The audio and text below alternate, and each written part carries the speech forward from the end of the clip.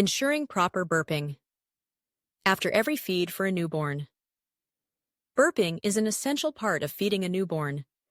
Babies swallow air while breastfeeding or bottle feeding, which can cause discomfort, gas, and fussiness. Proper burping helps release trapped air from the baby's stomach, reducing spit-up, colic, and bloating. 1. Why is burping important? Prevents gas buildup, removes swallowed air, reducing bloating and discomfort, reduces spit-up and reflux, helps prevent milk from coming back up, prevents fussiness, babies can get irritable if gas is trapped, encourages better feeding, a well-burped baby feeds more comfortably and effectively. 2. When to burp a newborn? After every feed, whether breastfeeding or bottle feeding. During feeds if the baby seems uncomfortable or stops sucking. When switching breasts during breastfeeding.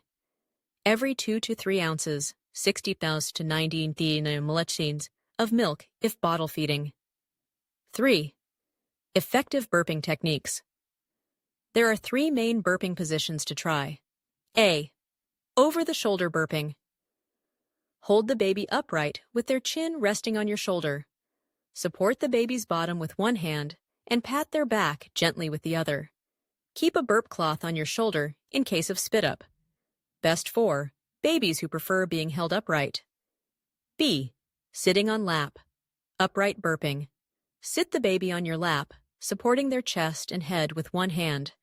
Lean the baby slightly forward while gently rubbing or patting their back. Keep a burp cloth nearby. Best for babies who need extra head support. C. Laying across the lap. Lay the baby face down across your lap. Support the head slightly higher than the chest. Gently rub or pat their back in an upward motion. Best for babies who are very gassy and need firmer pressure. 4. How long should you burp a baby? Burping usually takes a few minutes, sometimes longer for gassy babies. If the baby doesn't burp after 5 minutes, try another position. Some babies don't burp often, and that's normal. If they seem content, don't force it. 5. Signs that your baby needs burping. Squirming or pulling away during feeding. Crying or fussing suddenly while eating. Arching their back or tightening their fists. Spitting up frequently, hard or bloated tummy. 6. What to do?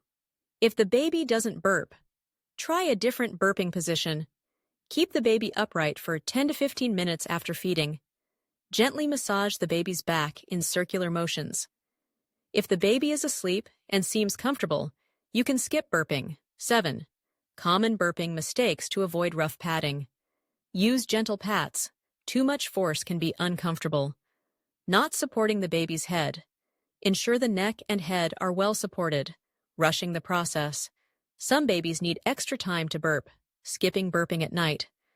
Even during night feeds, burping is necessary to prevent discomfort. 8. When to seek help.